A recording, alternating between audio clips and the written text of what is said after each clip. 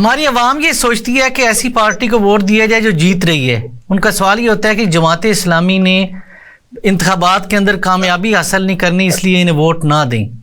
کیا ہمارے لوگ ساری زندگی ان کرپٹ حکمرانوں کا سامنا کرتے رہیں گے یہ سوچ کے کہ انہوں نے کون سا جیتنا ہے؟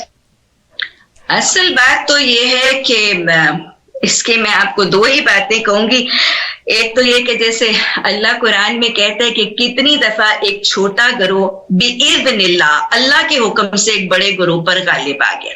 تو یہ تو جب اللہ کا حکم ہونا ہے انشاءاللہ تب ہو ہی جانا ہے. اور اللہ کا حکم تب ہونا ہے جب قوم نے اللہ کی رسی کو تھامنے اور قرآن و سنت کی بالادستی کو قائم کرنے پر جب قوم یکسو ہو جائے گی تو پھر کن ہوگا اور فیکون ہو کے یہ نظام نافذ ہو جائے گا. اس میں کوئی شک کی بات نہیں.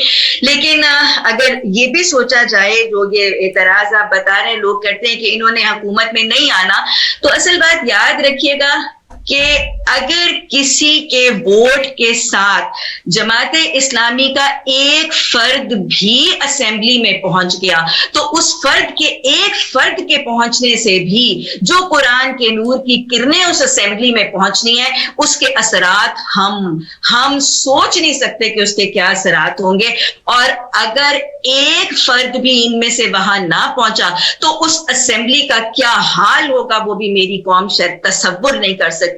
آپ کے سامنے میں پھر سینٹ میں مشتاق صاحب کی جو تذکرہ کروں گی. اور پھر اگر میں آپ کو رودات بتاؤں کہ جب حدود آرڈیننس پیش ہو رہا تھا اور اس کے سلسلے کی پیش رفت ہو رہی تھی اس وقت کون تھی؟ اس وقت ہماری جماعت اسلامی کی بہنیں ہی تھی نا جو اس کے خلاف اٹھتی تھی. اب یہ جب ٹرانسجینڈر لا پیش کیا جا رہا تھا اور یہ سارا کچھ چل رہا تو ان ساری پروسیڈنگ میں جماعت اسلامی کے افراد ہی تھے جو آواز اٹھاتے تھے. تو اصل بات یہ ہے کہ ان کو ووٹ اس لیے بھی دینا ہے کہ ان نفوس کو ہمیں اپنی اسمبلی میں ہمیں اپنے ایوان میں پہنچانا ہے تاکہ یہ اللہ کے پیغام اور حقوق کے جنگ کرنے والے اور اسلام اور دین کی جنگ کرنے والے افراد بن کے اس ایوان میں داخل ہو جائیں.